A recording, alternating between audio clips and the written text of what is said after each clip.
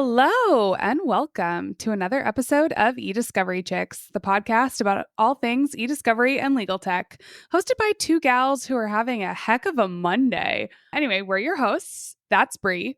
And that's Angie. And what a Monday it is. So, today we are going to be continuing down the road of our EDRM series, which we've been on this trip for a year. I mean, it started in January. So, we're well into this at this point.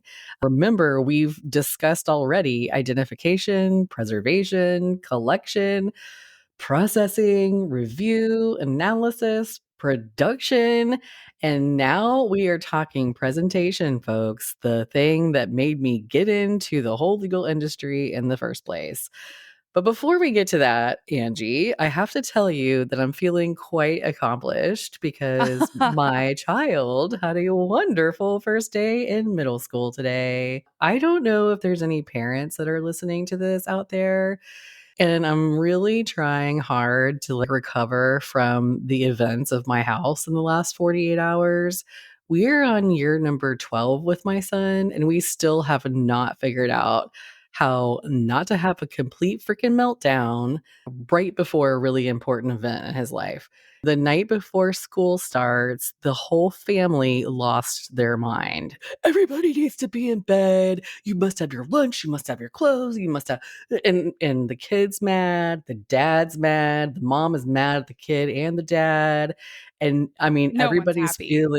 everybody's feeling frazzled. I'm crying. So I'm like, I just want him to have a positive experience, and this is terrible. But oh my And somehow God. you take on that emotionally as if Yes. his reaction Yes. to things is going to be within your control. Absolutely. And to have him come in and be like, it was amazing. It's like, okay, God, thank God. He won't have to have that much therapy whenever he gets older. It brought back my faith in my own parenting, which was last night at an all-time lows. I feel like it's so easy to lose faith in your ability to parent too, because you kind of absorb whatever your kid does as like a Mhm. reflection on you somehow, which it isn't. But it's so hard to separate those two things. I mean, I do the same thing at work though. I could be killer employee for a year and then I do one thing wrong and I'm like, "Oh my God, I'm going to get fired. Oh my, I'm the most terrible employee. I'm a loser. I'm stupid. I can't believe I just did that. This is why I should never gotten in this field." I mean, it's strange to me at this age how quickly you can arrive at that place all of a sudden. Do you know what And they call that, Brie? They call that uh, eldest daughter syndrome. oh, do they? I think it's part of it. Yeah. Is this You mean just there's like people in the world that don't have this problem? The men? younger They're children? called men. Oh god. I don't know about that. I was thinking about this last night as I'm trying to give my son pep talks. I'm like, "Okay, put yourself in his shoes. What is he thinking? What would you say to your younger self?" And so I'm trying to give him all this advice. So I'm curious what you would have to say, because Harper's not quite to this place yet. No, You'll be she giving this is. advice soon. Yeah, she's starting preschool in a couple weeks, which is not the same thing as middle school. I realize that. I feel like I Mm. never made a big deal about the first day of school, but the one thing I do remember vividly is in the seventh grade, we got to get those calculus calculators, the big TI 83s or Oh, whatever they yeah. were. And I somehow convinced my parents to let me get the one that was clear with silver glitter. And I was so proud of this calculator. I mean, this was my prized possession. This was my Fabergé egg of calculators. Oh my gosh. Parent to parent advice would just be get your kids something sparkly. It doesn't have to literally be sparkly, but something that's going to make them light up on the inside. Give them something Yeah. small to be proud of. That's really good advice. I don't know if this is an older sister thing too, but I asked for a typewriter for Christmas when I was my son's age because Or I net wanted healing. if I was going to be playing school, I needed to be able to make forms for my students. So, yeah, that is how much of a nerd I am slash was. I Was love slash am. that. I love that. It's very Yeah. hipster of you, very Seattle. The thing is that The typewriter Santa brought me was actually really cool because it wasn't like my grandma's where you had to use whiteout. It actually had correction tape in it. So I thought I was super fanciness. Oh, correction tape. Oh my God. Yeah. What a blast from the past. I don't know. Well, okay. Shall we move this along from parenting Oh, advice? oh my goodness. Yes, we Oh, shall. all right. So, like Bree said, today we are talking about presenting ESI. So, let's start off. I love a good level set.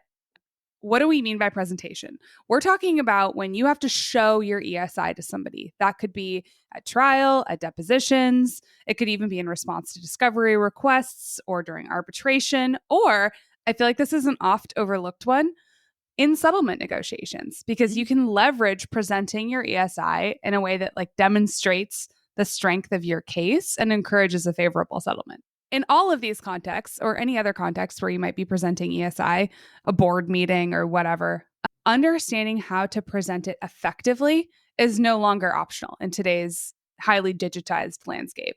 It's essential. And it can be the difference between winning and losing the case. It can be the difference between convincing someone to settle with you or spending $500,000 prepping for trial. So Yes. that's where we're at. It might not even be the content that you're displaying. It might be how you're displaying it that people Yeah. judge you on. How credible are you if you show up with something typed on a typewriter using correction tape? The topics that we're trying to cover today are legal strategy, overcoming objections, challenges that we have with authentication, the role of metadata. We've been talking about metadata this whole time, collecting it, reviewing it, analyzing it. Now what happens with it?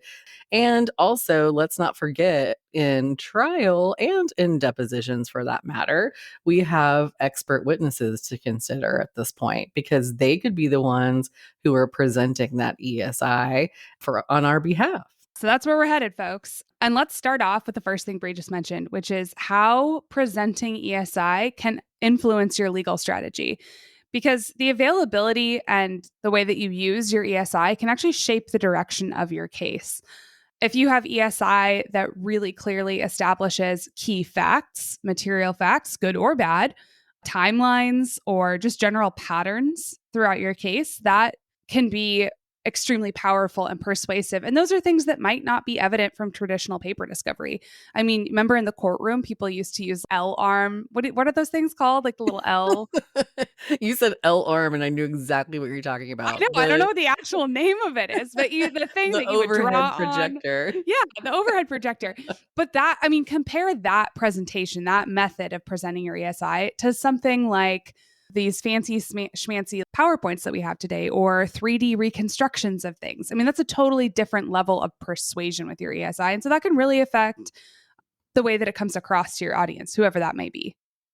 As we've been going through the EDRM, we've been talking about how do we identify those smoking guns, however it is that they were located within our own analysis. And by the way, that could have been a painstaking process.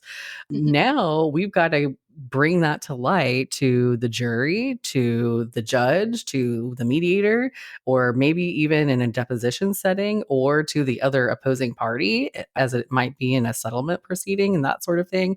Now we've got to present this in a way so that everyone else sees the impact that these smoking guns actually have on this matter. You also want to be able to disprove what the opposing party is bringing to the table, right? If they're making a claim, you've got to come back with a great defense, and you need to have evidence to back that up.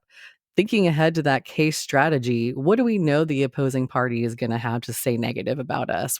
What kind of shade are they going to try to slander us with today? We want to be able to immediately have the documents, the timestamps, the photos, the videos, the whatever it is, and our evidence ready and available to show in an impactful way.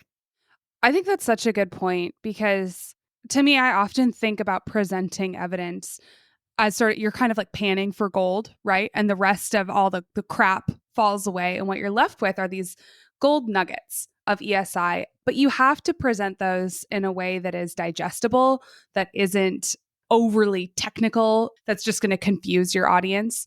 And you want to draw those out and you highlight those in your presentation, whether that's affirmatively, in your case in chief or on the defense side of things. But that's not to say this is always easy. I said when we first started this episode that this is the reason I got into the law. Why did I do that? Well, first of all, I wanted to get paid, girl. No. Get that cheddar. That's right.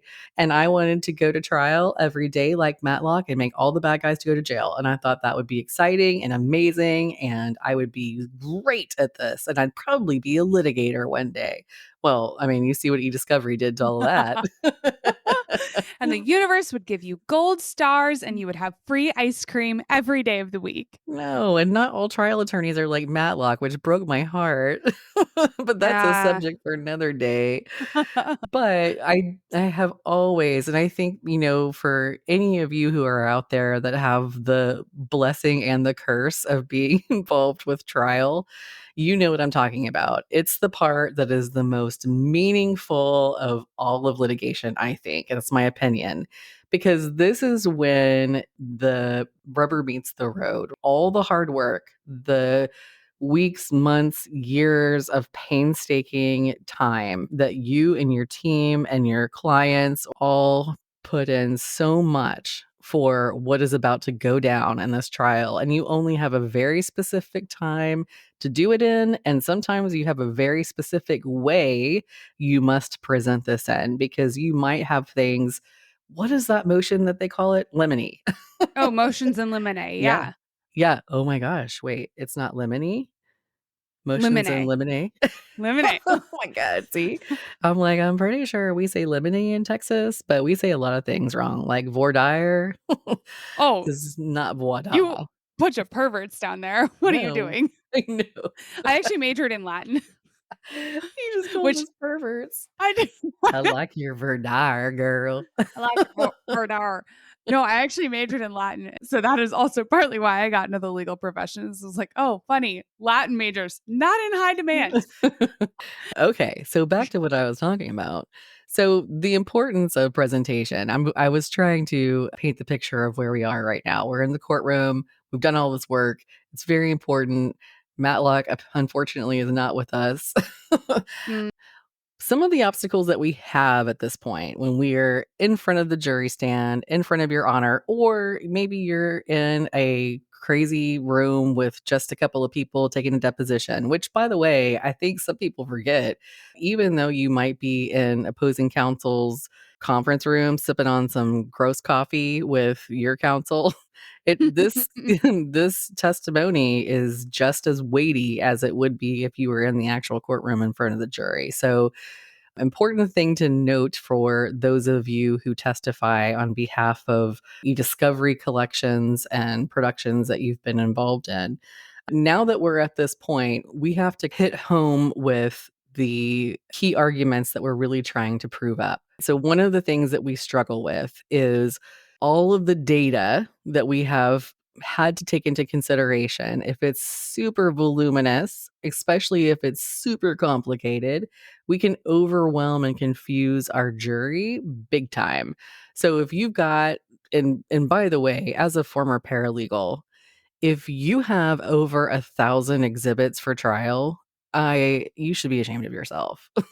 I beg to differ. I think it depends on the type of trial. No, it does. And I'm really kind of being silly about that because you can't help it sometimes. I mean, sometimes your matter is so complicated or there is so much data that has been considered and so much that's involved with the arguments at stake here that legitimately you do have thousands of trial exhibits. But that kind of falls into the point I was trying to make. We have to be careful about not overwhelming our jury. What jury member is going to sit down and carefully consider the following 4,000 exhibits? That is a lot to ask somebody who's getting paid like $12 a day and a free sandwich. That is not ideal. Said you may want to overwhelm them with all of those That's exhibits to true. dilute the power of someone else's. That is evidentiary true. proffer. So That is true. Listen to that strategy sneaky over devil. there. I know. So that is a potential obstacle should it work for or against you, I guess, depending on how you want to look at that one. Data overload is a real issue. And, I think about one time I went to trial, and it all had to do with a patent for a railroad tie. Okay. We're I'm already talking asleep. yeah, it's ridiculous. We're talking like hundreds of thousands of gigabytes of data tied up in how the patent was created. What about this railroad tie is so special? Like things going back to the dark ages of how the railroad was created. And you know that no juror is like, oh, yippee, I can't wait to hear all about this. So you have to figure out a way to present complex subject matter in a palatable way that number one, it's understood. Number two, you don't put people to sleep. And number three, you can quickly prove your point. You might have something that's a proprietary or complicated design like that railroad tie. Or I also had a juror trial that had to do with a hair iron, like one of those flat hair Like a flatteners. Like, straightener. yeah, there you go, patent on that thing. Oh my god. I thought it was gonna be so fun and we were all gonna get free hair irons. This is not what happened. But it was painstaking to understand everything that goes into engineering something like that. And the jury doesn't wanna hear it. So those are a couple of the obstacles when we have just tons and tons of evidence that we need to bring about and kind of getting to the point with a complicated subject matter. I love those examples because I think it sort of underscores one of the biggest things about presentation, which is that you have to make it interesting. Sometimes you are going to be dealing with really boring subject matter like a railroad tie. You have to make it interesting. You have to make it grab their attention, and then you've got to hang on to it through the rest of your presentation. One other thing I wanted to hit on is you must present your ESI in a way that reduces the risk of misinterpretation.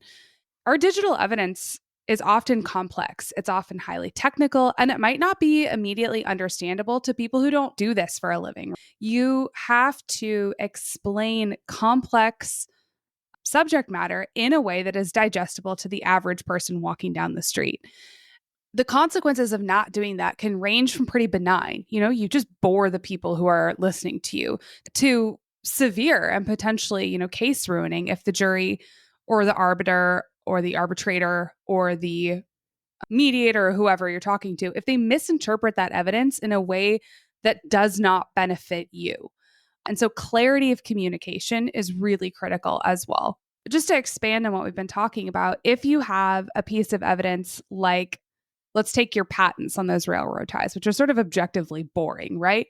Well, maybe you make this into like a chart or something a little bit more demonstrative. Maybe you put color in it. Maybe you put like blow up the key parts really big and pull them out of the exhibit. But you just want to make sure that you're drawing your audience's attention to the things that really matter about your ESI. That's right. And one way we do that is using tools. Ooh. Yes. And you made me think of something in that patent case, by the way, where we ended up doing a simulation of a railroad tie because that's exciting. But no, it was way more helpful to have the railroad tie being shown in operation so that we could show the pieces and parts of that railroad tie that were actually patented and how that patent had been infringed, because that's what the litigation was all about. And the best way we could figure out to show that was through a simulation of the actual railroad tie being used. And in that simulation, put different colors on the pieces of the railroad tie that were at issue. Now, that was a super complicated thing to put together. We had to hire an outside expert to do that and work with a media company who would be able to put together that animation for us. So I say all that just leading up to the idea of in presentation, when we're talking about that, it could be very complicated. You would have to hire people who are great at creating movies or audio and video, or marketing professionals even, to help you solidify the idea or the point that you're trying to get across to the jury or the receiving party, whoever they might be. If you are not in high stakes litigation like that, and we're just talking your mom and pop litigation, you're probably thinking to yourself, that is not in the budget. This case is not even worth that. We are not going to invest that much money and energy into proving up the facts of this case.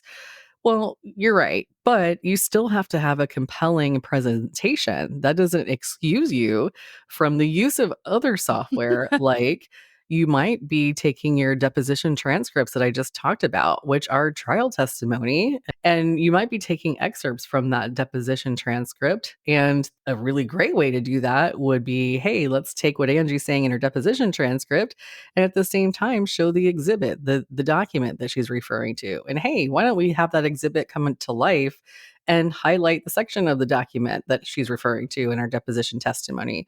If you are going to keep up with the Joneses and be able to present things in such a way, you need to have the software, which means you have to have somebody who knows how to use the software. You do. Means you also have to have somebody who knows the software and knows it well enough that they can troubleshoot the software when it doesn't work out in the middle of court.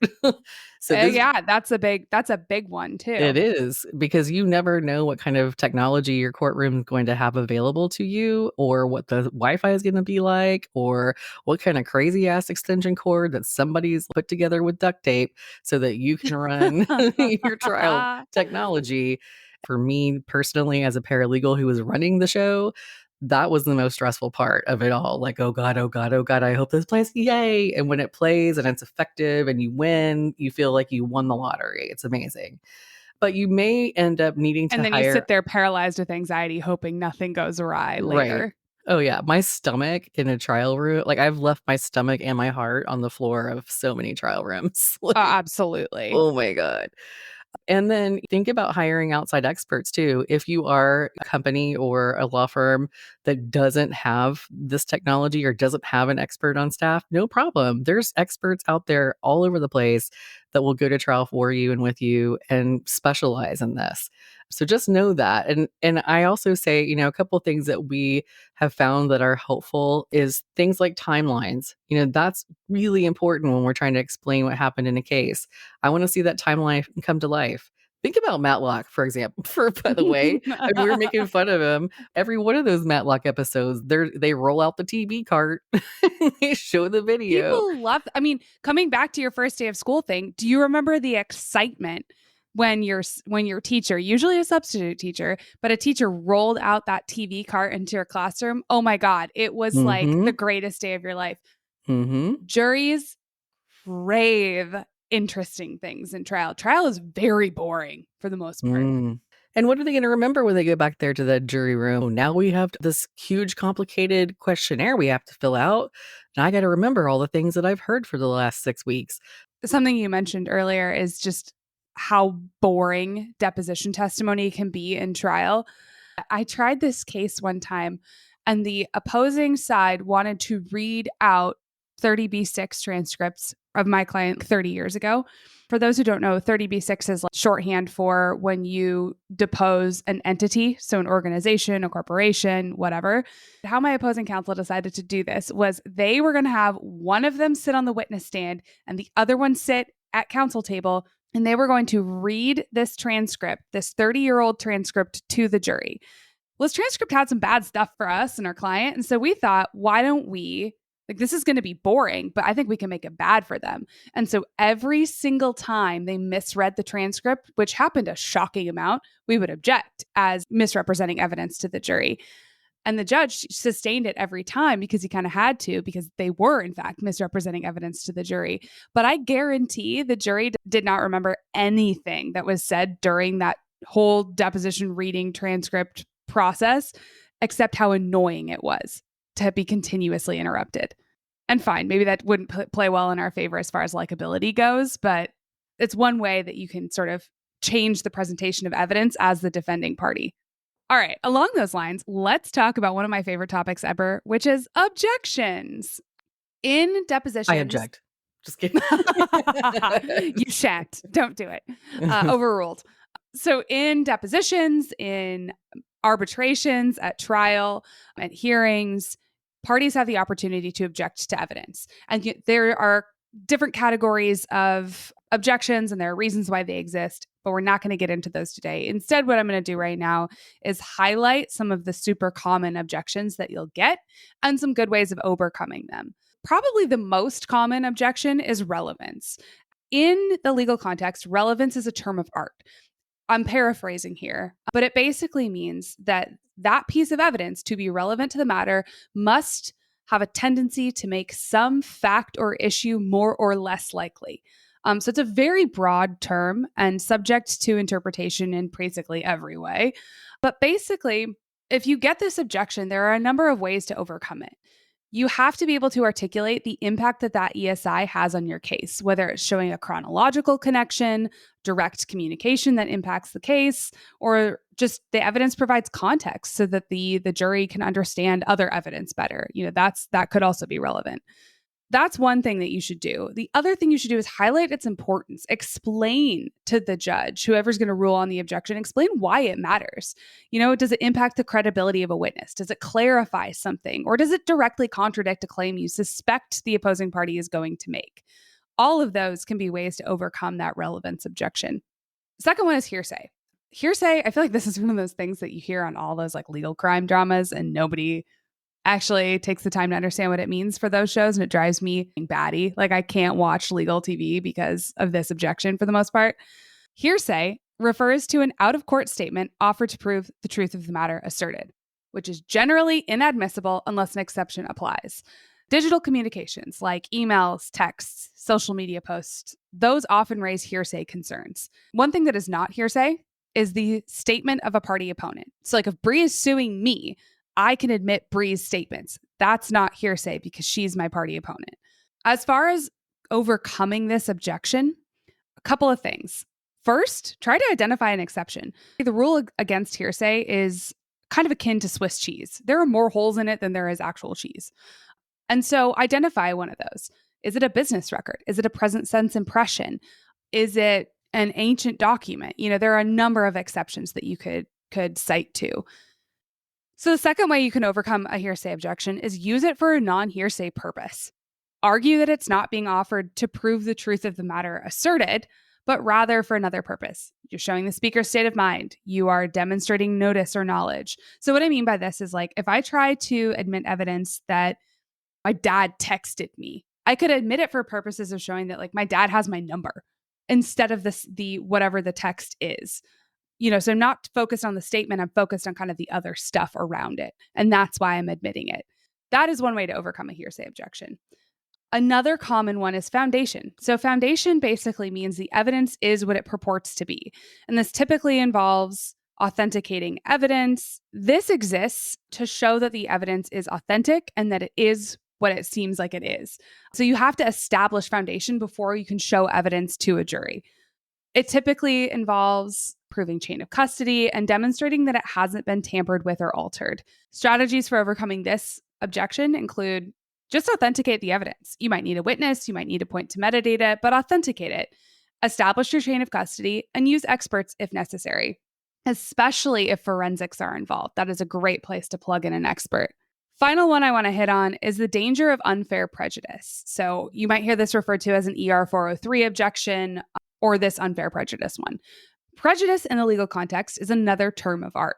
It includes anything that would confuse the issues to the trier of fact, would distract the jury, is ultra-inflammatory, etc.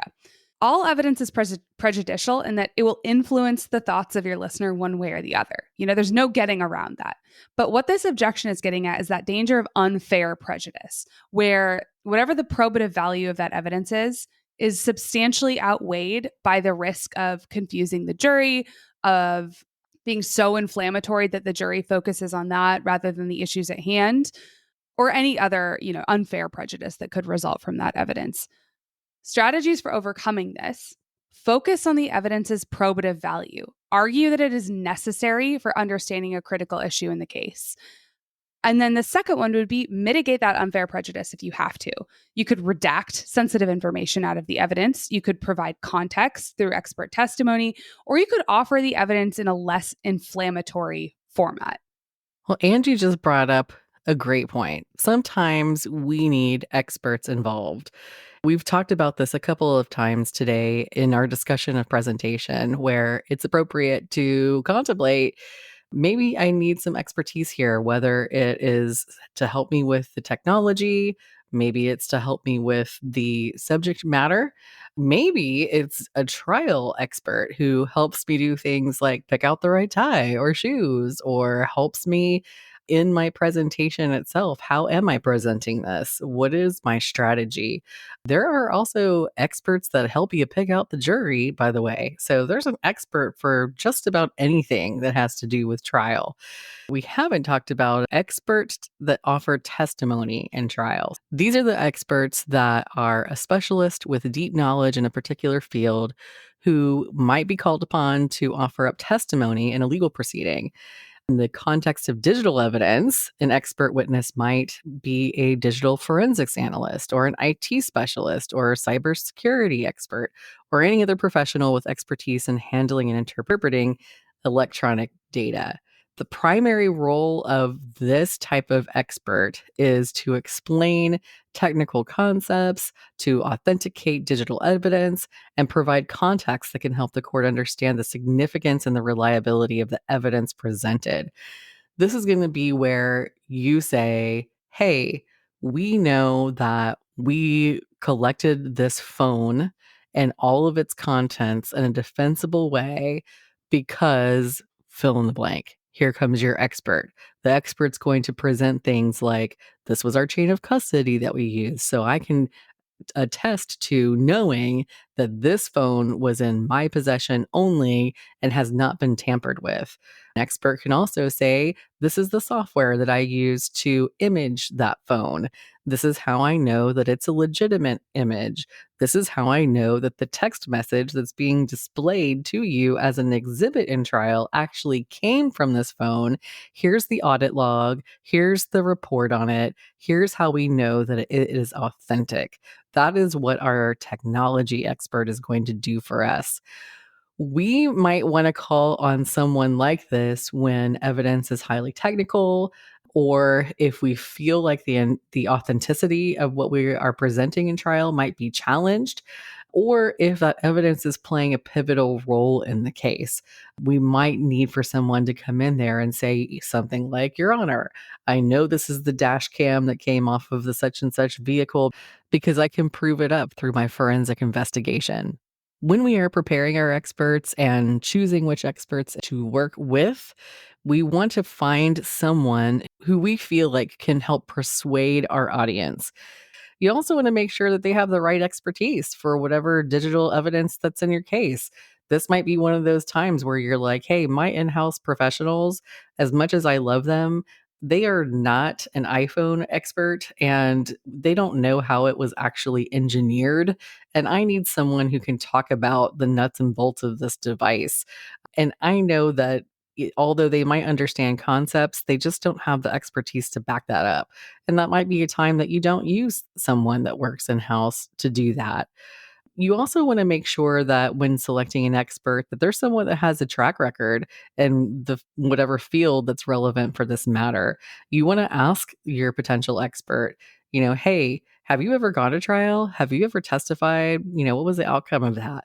Just so that you can know that there's someone who can be reliable for you. Won't get freaked out on the witness stand because it's a highly stressful situation and it takes somebody with a lot of experience really to be able to do it with ease.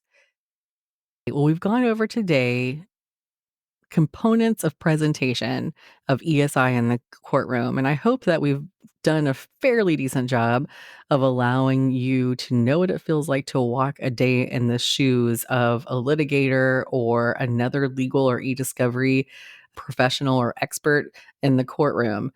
To wrap up our conversation about presentation, I thought it would be good to share with you guys some best practices for using technology to present evidence in the courtroom. Number one, keep it simple. These are people just like you and me who have other things happening in their lives. They are doing their duty to be a juror just by showing up and offering you their time free of charge. So keep it simple for them. help them be able to digest all of what you are trying to convey to them about your legal issue, and help them learn the legal concepts that are involved, because frankly, some of these legal concepts are quite complicated. Avoid using legalese. That's another tip. Nobody knows what motion in limine or limine or voir dire or voir droit is. I mean, they don't, people off the street don't know. Make sure that you are presenting evidence and presenting legal arguments to them in a way that you would if you're sitting down for dinner at the Thanksgiving table with your friends and family. Another tip, test your technology before presentation. This is really important. And I would say make sure you test it in the courtroom or in the room where you will be presenting, because what worked at your office might not work where you are. There's so many things that can happen between here or there.